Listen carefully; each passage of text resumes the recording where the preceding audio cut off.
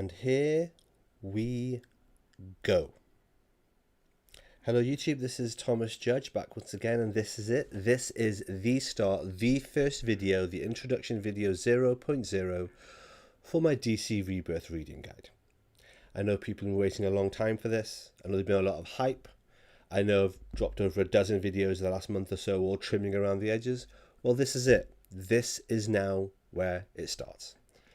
So with that awareness, and with the awareness that for a lot of people over the coming months and years, this will be the first video on my channel that they may come across if they're looking for DC Rebirth reading support, I'm just going to dive straight into the introduction, cover all the basics and all the ground rules. For those of you that are familiar with my channel, a lot of the themes that we're going to be talking in the next half hour are ones that you'll be familiar with. But even so, there's a lot of context here which is unique to DC Rebirth, which you might find useful. If you want to skip it, jump straight into video 1.0, which is going to be a New 52 epilogue dropping in the next couple of days.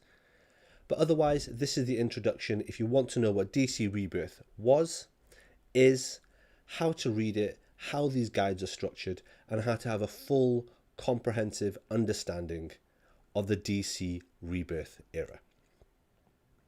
With no further ado, what is DC Rebirth? DC Rebirth is a name given to the era of comics published by DC from 2016 to 2021. It's one of a sequence of increasingly short eras in the DC universe. So dividing them up roughly, at least in my head, I'd say you have all of DC Comics up until the 1986 series Crisis on Infinite Earths. I don't read that stuff because it's far too retro for me. Then you have everything after that up until September 2011 and the birth of the New 52. I've read quite a lot of that. My personal reading starts in like the mid-90s, 92, 93, that sort of era. Entirely a personal subjective choice, but this is sort of the era I would refer to as the pre-New 52 era. The New 52 then happened in September 2011, and that lasted for almost exactly 5 years, and in late 2016 it was replaced by the DC Rebirth era. Now, because we're doing this very precisely and very specifically, we can consider DC Rebirth as being the era that ran from May 25th, 2016 up until January 2021. And in terms of looking at that era, we are including literally every single thing published by DC during this 5-year window, barring certain exclusions that I list in their own section. I've actually listed them previously in a separate video, and I will do a really quick overview of what the exclusions are in this video. As an era, DC Rebirth is actually annoyingly cloudy and muddled, lacking a great deal of the cohesion that defined the New 52 era, and the New 52 era itself wasn't perfect. The mega events Dark Knight's Metal and then No Justice led to a soft reset of the branding in 2018.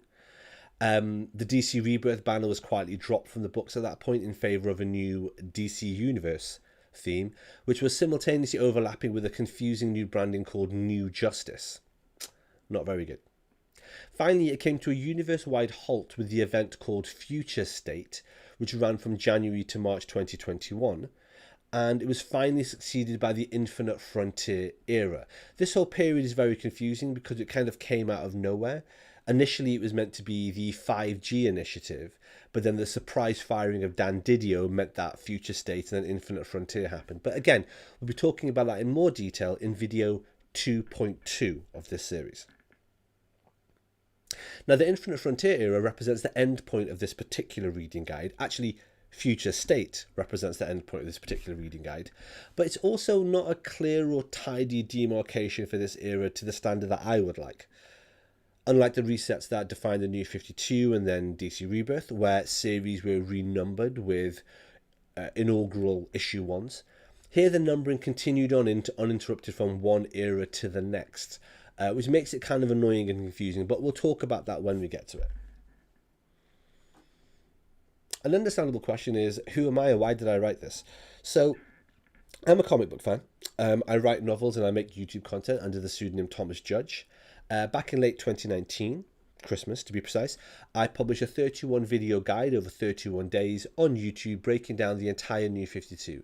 Every issue, every event, every arc, every trade collection. At the time, it seemed like a good idea and also not a big deal. I'd been casually reading my way through the New 52 for the preceding year or two as I'd been stuck in a dead-end job that I hated. That meant I was spending anything from 10 to 20 hours a week on trains around the UK, with at least 1 or 2 overnight hotel stays in random parts of the country where I didn't know anyone or have any idea what to do in the evening. So I just sat and read. I read a couple of hundred of issues a week, and over the course of a year, without meaning to, I started to get a fairly good idea in my head of how the New 52 universe was structured. And so one day I decided to write it down and make some videos. Since then, the New 52 series has been far and away the most popular playlist on my channel. This is kind of flattering, but also kind of galling, given that I've always intended the channel to be a way to promote my own novels. Ah well, some people are born to greatness, others have it thrust upon them. Amidst the literally hundreds of thousands of views that particular playlist has racked up over the following months, one of the most common questions I kept on getting was when I would do a reading order for DC Rebirth. And whilst that was a flattering question, I also assumed someone else would do one. Time passed, no one did. And even now, over 6 years later, my New 52 guide stands tall as the most comprehensive and popular guide to the New 52 on the entirety of YouTube. There are even other channels that reference my guide and have tried rebuilding it for their specific geographic region of trade releases. So, I read DC Rebirth and thought, why not do it again? A key thing that needs to be talked about here is the map and the way that I do things. Now, when it came to the New 52 guide, the thing that made it stand out from so many other reading orders out there was my New 52 map. This is a simple infographic I made because I think in a very visual, infographic, interrelational sort of way. And it used a radial structure that I visualized of how the New 52 era was constructed in my own mind. At the heart of everything is Flashpoint, and then spreading out with the different families of comics. You've got Superman at roughly the 6 o'clock position, Lanterns at the 9 o'clock position, and so on. When I finally reached the final video in my series, I even remember remarking that I was half expecting DC Rebirth to continue these families onwards, spreading out into an even larger radial map that surrounded the New 52, and of course I expected it to end with the climatic Doomsday Clock event. How wrong I was, but let's not get ahead of ourselves. For DC Rebirth, I again allowed the map to grow organically in my mind as I read it, and when it did, it felt much more suited to a relatively conventional left-to-right flowchart than a radial design. That said, I could also see that the universe during DC Rebirth was much less cohesive than the vision had been during the New 52. There were so many series and groupings that were clearly unrelated to the main continuity that it felt messy, or rather much messier than the New 52 had. I didn't want to force it to fit a pre-existing approach of a radial map, for example, just for the sake of it. That felt unhelpful. So how am I going to deal with this? In the end, after a fair bit of trial and error, I hit upon using a segmented structure with several levels of further segmentation. If that sounds complicated, think of it as lists within lists within lists. To start with, I decided to view the DC Rebirth era, which are those that ran from May 2016 to January 2021, remember, as being divided into 7 sections. These were the core continuity, which is what this video is the start of, and that is going to be subdivided further. But separately to that, we looked at Young Animal, Black Label, Out of Continuity titles, Wildstorm titles, the Deceased Universe, and Licensed Worlds. Within some of these, there are further subdivisions. For example, in the Licensed World section, it's split into 7 distinct publishers that DC partnered up with here. And one of these, IDW, is then split into a further 3 groupings of IDW comics. When looking at the core Rebirth continuity, this is a much more complex beast, but was also essentially subdivided into 10 sections, bookended with the New 52 epilogues at the start, which is what we're covering in the next video, and then standalone series right at the end. The idea of making a reading map like the one that had been so fundamental to the New 52 guide was still appropriate here, but structured in a completely different way, due to the way the Rebirth universe worked, and especially because of the way it had become completely overwhelmed by certain sprawling events. I have decided to create 2 simultaneous maps for each section. One is a high-level event-focused map showing the clear thematic relationships between different series, and then the other more detailed granular map shows the trade collections for each series of comics and how they fit together. As I talk through every single video in this series, I'll be toggling from one map to the other continuously to give you the high level and the low level view. And then for certain videos for specific massive events like Dark Knight's Metal and Year of the Villain, I'll be doing dedicated videos for those. So with all that out of the way, let's go over some basic ground rules of how this works so you understand it. To start off with, I'm going to be doing my very, very best to avoid spoilers in this guide. There are times when that is literally simply impossible. DC Rebirth ended in 2021. Certain things about it are so widely referenced in comics pop culture now that you've almost certainly come across them already. And whilst I'll do my best to avoid spoilers as much as possible, there's only a limit to the linguistic knots I'm going to be willing to tie myself up into. Secondly, the reading maps that we're going to be using are going to be available on my website. It's going to be presented there as an interactive presentation. You can open a separate tab and zoom in and around with as much as you like. Some of you might want to download it as a downloadable image. I'm afraid I don't know how to do that without compromising image quality, or alternatively without spending lots of money on fancy software, so it's not an option. However, I am intending eventually on making the whole thing available as an ebook on Amazon, and of course as a physical hardback.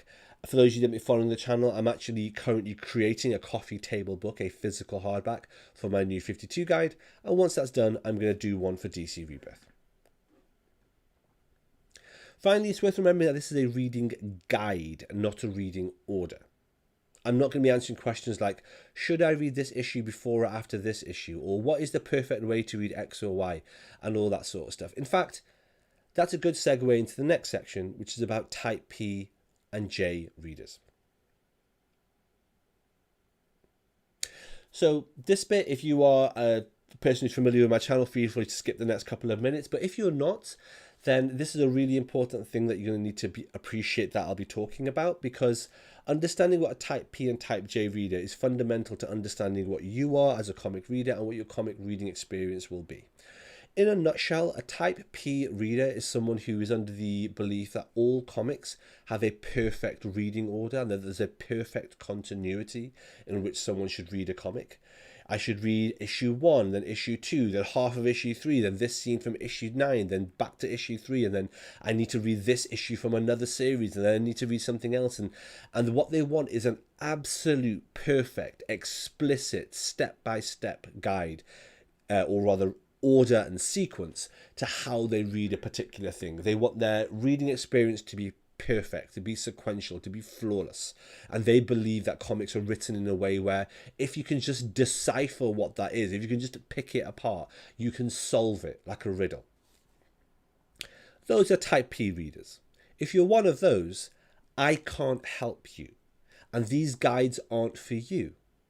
The reason for that is that I, personally, as the creator of this guide, I don't believe there's a perfect reading order. Because, frankly, there isn't. These things are entirely subjective, and I've done many of the videos on my channel talking in detail about why I don't believe being a Type P or perfectionist reader is a good idea.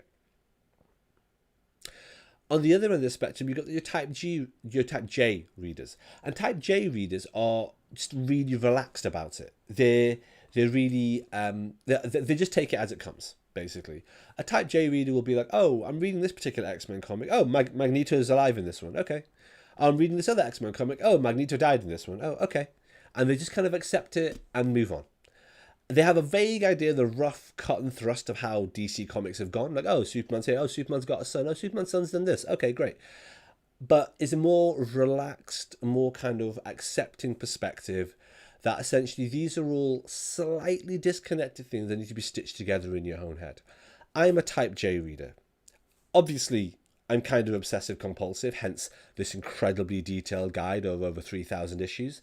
But my point is, I understand that the way I should be is more relaxed, even though naturally I'm much more precise and a perfectionist.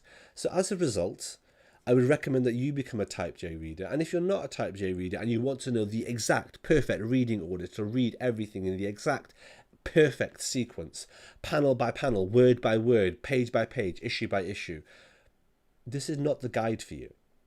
There are guides like that on the internet. I don't agree with them. I think they're wrong. A good place to start is on the website Comic Book Reading Orders. That's got a issue by issue, very comprehensive guide for the entirety of DC Rebirth. The people that make that guide haven't read every issue. I know that because I've looked at their guide and their reading order is not correct. But from my perspective, I prefer what I do. If you want someone to take you by the hand and tell you exactly what to do, please check out comicbookreadingorders.com or something equivalent. I'm sure there's stuff on Reddit. With that point, actually, it occurs to me now's probably a good time as any to talk about what I call volumes with a big V and volumes with a small v. So again, if you're familiar with my channel, feel free to skip forward now. If not, the next couple of minutes is going to be a useful bit of comic dialogue that you'll need to be aware of. Okay, what we're looking at now is a Wikipedia page for Supergirl, the comic book. I've just picked this randomly. We've got Supergirl, specifically the comic book as opposed to the character. And there's a really important point I want to make here, which is with respect to publication history. What you can see here is that the publication history is referred to as being volumes. And as you can see here, volumes with a capital V, of course. So you've got the first volume, which lasted for 2 years. The next volume lasted for 2 years. The next one was only in 1994, it was only a 4-issue series. Then there was another volume which lasted, as you can see here, for 7 years, and then another one that lasted for 6 years. I'm just going to pause here. The thing about volumes with a big V, is another way to look at them, and I really wish that comic book companies would do this, is to think of them as series or seasons, like a TV show. And a volume is a particular publishing era for a particular character. So if you look at Supergirl Volume 4, it's from 1996 to 2003. As you can see here, it's the 4th series featuring the 3rd Supergirl, got a fusion of Matrix and Linda Danvers. I'm not going to get into what that means if you're not familiar with it. All this is pre-New 52 stuff. And that's volume with a big V4.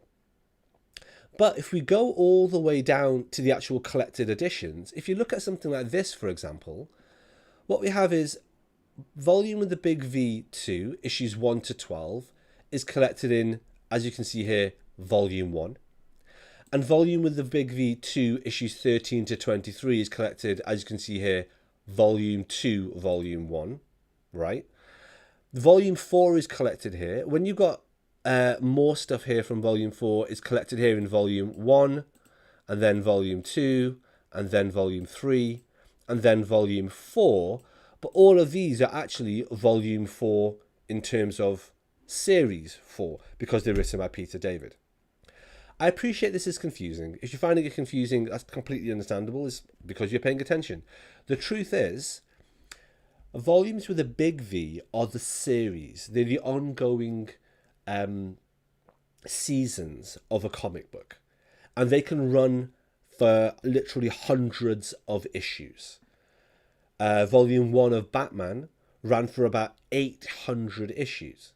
However, if you go into a shop or if you go online, you buy a physical collection, that physical collection or trade paperback is called a volume. And you'll see on the spine it says volume 1 and volume 2 and volume 3.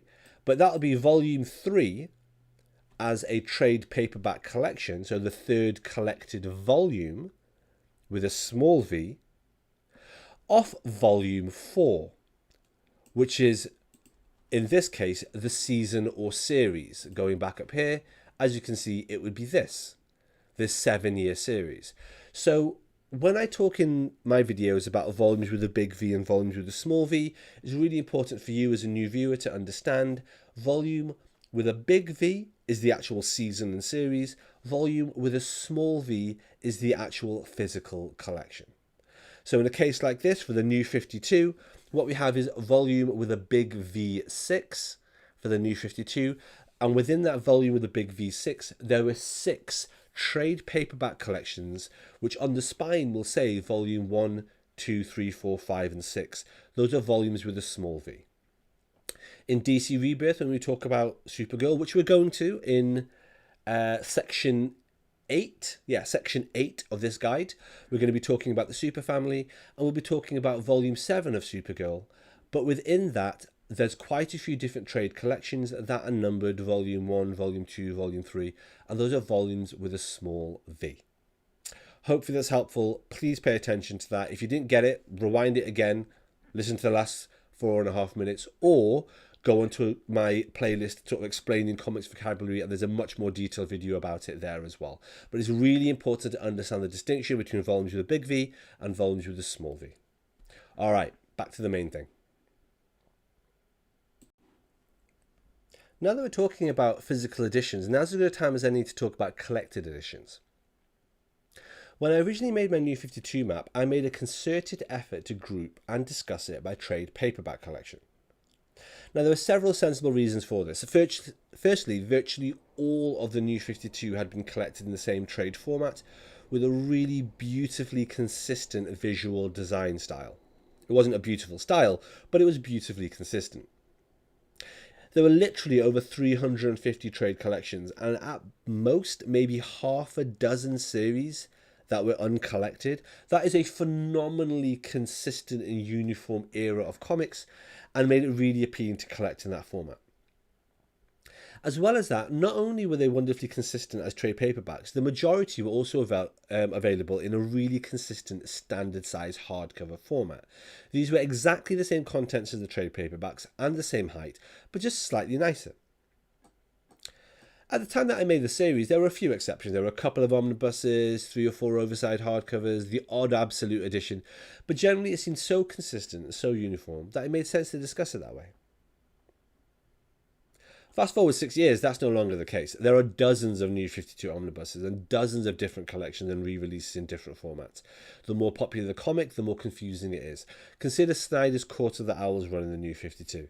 As of now, this is available in standard size trade paperback, standard size hardcover, part of an omnibus collection which has got more of the whole Snyder run in it, an absolute edition, and there are several absolute editions for Snyder's run, this small kind of pocket-sized or manga-sized DC Essentials collection. There's also a trilogy trade paperback box set which contains Court of the Owls, and that trilogy box set itself is one of a trilogy of such box sets itself. And there's even an oversized black and white hardcover called Court of the Owls Unwrapped. In other words, it feels increasingly they're trying to keep up with the different collected editions is a bit of a Sisyphean task. It's a bit impossible. Any particular guide that I create will only ever represent a snapshot as a moment in time of what collected editions are available, and trying to keep it up to date is something that really falls outside the guide, and actually I don't really want to do because I don't care and I'm not interested.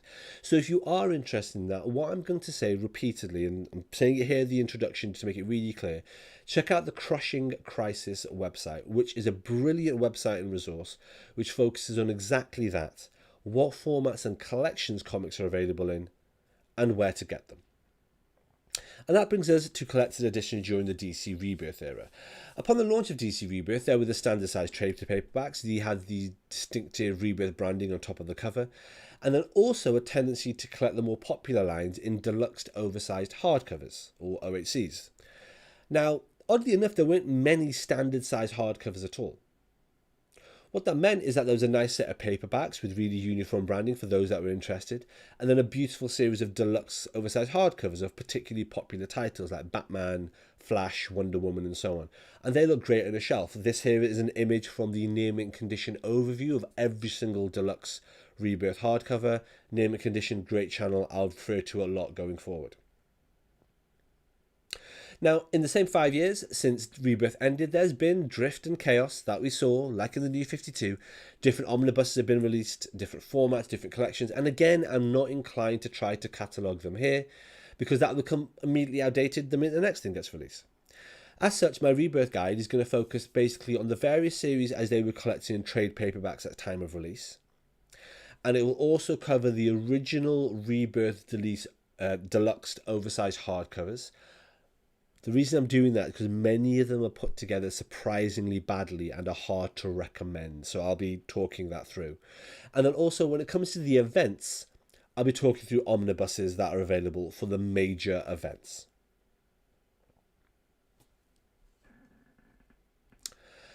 That kind of touches on to another point which is worth, I guess, just very roughly talking about, which is how far down the rabbit hole do I go in terms of detail. I'm not going to go into an insane amount of detail on this. I'm not going to go issue by issue, artist by artist. This is meant to be an overall reading guide. I'm going to try and keep the video short, half an hour max, barring this one, obviously, which is going to be quite a long video. And the truth is, there's a limit to how far I want to go on this. There are lots of people, including people in my comments, who know a lot more than me. And there's so much that I could dive into. For example, the number of variant covers, or the interesting history behind the scenes on loads of the issues, or the fact that the different logos vary and kind of the thematic differences and stylistic differences for logos and cover art in this era. There's so much I could go into, but I'm not going to. If you want that kind of information, go on Reddit, go on dcfandom.com, go on the Facebook groups. I'm not in any of this kind of social media, any of these other mechanisms. This is an overview. And if you want something super, super precise, if you want to know who did the lettering on a particular issue of a particular comic, this is not the kind of guide for you. That's not what I'm doing here. On that note, it's worth pointing out I have done a separate video about the comics that I'm excluding from my DC Rebirth guide. And that's for my guide as a whole. That video is relatively lengthy and goes into a lot of detail, so please watch that if you want. In a very, very quick, rough summary, I'm not including Vertigo. I'm not including the Beyond universe. And yes, that means I'm not including Batman Beyond. I know it's got DC Rebirth branding. I know it came out during DC Rebirth. I read it. It's not part of DC Rebirth. I'm not including the kid-friendly books, so like DC Zoom, DC Ink, with one or two very minor exceptions, which I've explained when I get to them. I'm not including digital-only comics or video game tie-ins like Injustice 2. I'm not including like retro DC like Batman 66 and stuff like that, or Earth 1. And there's a couple of Black Label stories that I'm not going to be including as well. Of course, I'm not including the entirety of the Sandman universe. Or the Murphyverse, which I've got a separate video on, and I'm not including Hill House comics. In other words, there's quite a lot of stuff that isn't included. For example, the He-Man universe isn't included. But like I said, there's a separate video that goes into it in loads of detail that will break down every single thing that I'm not including, and why I'm not including it, and why it doesn't fit within the DC Rebirth main categories that I have. As said before, the DC Rebirth reading guide is split into these 7 categories. I've done the other 6, and now I'm doing the first one, what we're going to be calling Core Rebirth. Finally, just to end out this video, I should probably point out to you how I'm going to structure the playlist on my YouTube channel. I know several of you don't understand how playlists work, which I find slightly baffling, but nonetheless, essentially what you do is you go into someone's YouTube channel, you click at the top and it says videos, or you can click at the top and it says playlists. When it has playlist, it will show you all the playlists on their channel. Right now, I only have this playlist, which is the DC Rebirth playlist. It contains a whole bunch of videos about like custom binds, hype videos for the series, and then guides for those other 6 areas that we just discussed, like the Deceased universe and the Wildstorm universe and stuff. This Core Rebirth playlist, which this video is the very first video of, is going to be its own playlist. But what I'm going to do is have one massive playlist with everything Rebirth related. And then I'm going to have a couple of separate playlists within that. So one covering just the custom DC Rebirth stuff, which is going to be a lot of over the coming months because I've had to fix a lot of the hardcovers. There's going to be one which is literally just this series, Rebirth Core, which I know is what everyone cares about the most. I know. You probably just want one just for Rebirth Core Batman, but I'm not going to do that. But I will be doing this playlist just for Rebirth Core. There'll be another playlist that will cover all the other eras we just talked about, Licensed World, Deceased, the Exclusion video, all that sort of stuff. Long story short, there are going to be all those playlists available, and then there's going to be one mega playlist that combines all of them. If you're just interested in DC Rebirth Core, because let's be honest, you just want to read about Batman, then just watch the DC Rebirth Core video, which will be one of the playlists in my playlist section of my YouTube channel. If you're interested in DC Rebirth as a whole, there's going to be 3 or 4 DC Rebirth playlists, and some of them will contain the same videos and they'll overlap a little bit. But I'm going to try and keep this one as pure and refined as humanly possible. So there it is on my channel. Okay. That's it. Video 0.0. That is the end of the introduction. In the next video, which is going to be going up in hopefully 3 or 4 days' time, that's going to be video Core 01, New 52 Epilogues, video 1.1, in which we cover all the New 52 epilogue storylines, issues, and series. I'll see you next time. Until then, everyone, stay classy. All right, thanks for watching, everybody. As always, please like, comment, subscribe. As always, please follow me on Twitter at I am Thomas Judge, where I will post a daily review of whatever comics I've been reading. You can get an idea of what I'm up to on the channel. And as always, please support the channel by heading over to Amazon.com and checking out my prose novel about superheroes. It's a completely original piece of work. The first episode in it is called Arrivals, and the series as a whole is called No Gods or Kings. You can find an excerpt of that on my website, nogodsorkings.com. Until next time, everybody, stay classy.